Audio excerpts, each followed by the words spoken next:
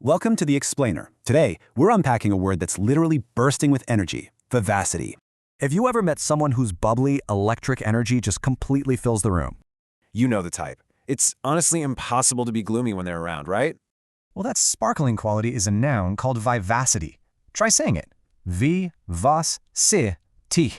It's got 4 syllables, and that stressed middle syllable, it rhymes perfectly with gas. And yep, our source, the Wordsmyth Advanced Dictionary, confirms it definitely functions as a noun.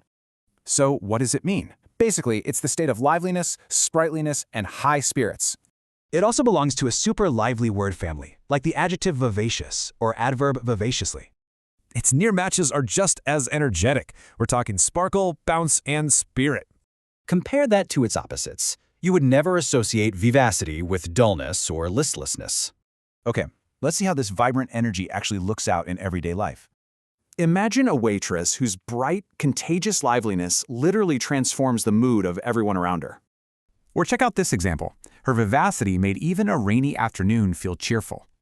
That sparkling energy acts like a burst of bright sunshine, cutting right through the gloom. Picture walking into a party where the host greets you with incredible warmth and vivacity.